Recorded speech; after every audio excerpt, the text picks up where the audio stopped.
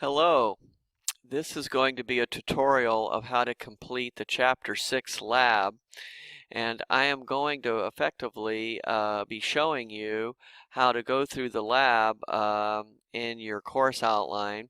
This is for course 3899 in Weather and Climate, but you could do this for any of my online classes or face-to-face classes that are trying to complete this lab, and this lab historically has had issues. You will find it under Module 2, titled Chapter 6 Lab, and when the lab comes up, you will see a table showing you absolute humidity level at different temperatures, and this is a concept coming from Chapter 5 showing you how temperatures influence humidity levels in the air.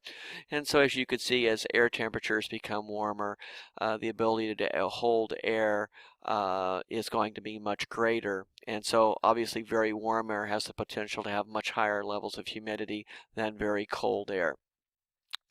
What I want you to see here is when you get down through the lab itself, there is a nice tutorial here of a YouTube video that explains to you how weather balloons collect the data that you're going to look at. And you're looking at two cities in particular that had very different humidity in July of 2013. And on these days, one city was very close to being saturated and one was not. And when you look at this lab, you'll see that this little YouTube video here shows you how weather balloons or radiosondes collect data.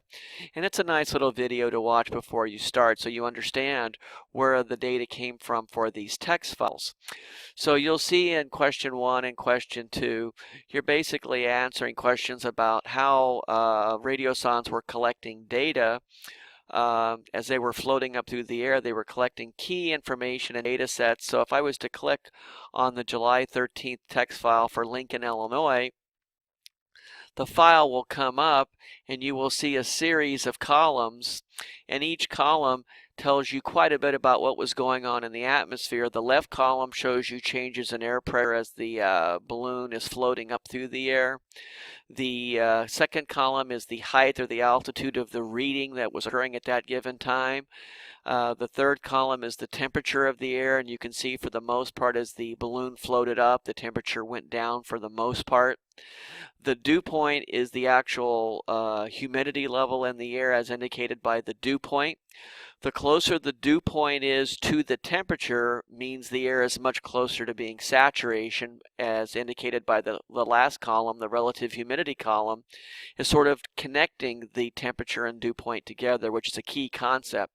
So for Lincoln, Illinois here, you could see that really, for the most part, at no point does the air temperature and dew point ever get very close, and that's why the relative humidity columns are always quite low and never reaching near 100% or saturation. The mixing ratio is the absolute humidity in the air in grams per kilogram, and it's showing you how the total humidity in the air dropped as the air became cooler. As the air became cooler, its ability to hold water vapor dramatically dropped off. So this is what the data sheet looks like for Lincoln, Illinois, and how to read a weather balloon report or a radiosonde report.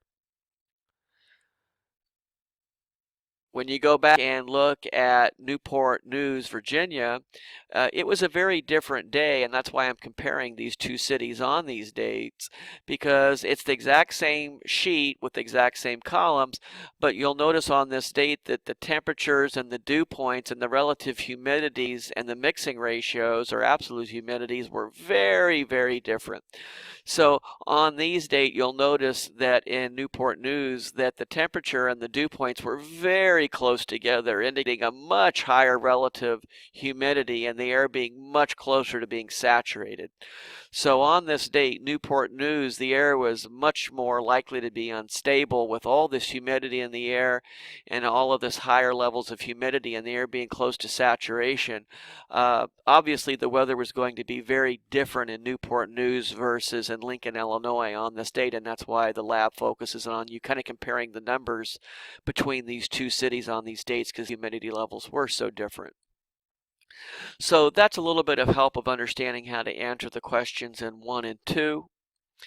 Question 3 deals with watching a video, and I'm going to turn off the sound, but as you watch this video, what you're trying to understand is exactly how was and how is air influenced by humidity levels, and how do humidity levels influence whether the air is stable or unstable. And you should really focus in on what makes air unstable in terms of humidity and saturation, and how does that affect cloud development. So if you watch this video very closely, you'll be asked a series of questions about what's the difference between unstable air versus stable air, and you should pay very closely to how the air is behaving in terms of the environmental lapse rate versus the dry and the rates. And if you watch the video closely, it'll very clearly describe how weather conditions are influenced by whether the air is unstable or unstable, and how the cloud shapes and forms tell us that. So in your answers, you need to pay very close attention to the lapse rates and understanding how the lapse rates influence air being unstable and stable, and how that influences cloud shapes and overall weather patterns. Question set 4 really gets into understanding the whole concept. How do we start lifting mechanisms? This is a great little video that explains to you what process initiates cloud development and eventually precipitation processes. So when you watch this video, pay close attention to frontal lifting, orographic lifting, and convective lifting, and how all of these three processes have one thing in common in terms of what they do to the air in terms of vertical movement. And you need to know, how does moving air vertically influence the overall relative humidity to promote saturation? So you really have to understand previous questions to really understand question set 4. How does heating or cooling the air by making it go up influence the probability of it being saturated? So this little tutorial here, I hope, helps you understand how to use these videos to understand the questions in the lab, and hopefully you'll have a much smoother time of answering these questions in a quick and efficient manner.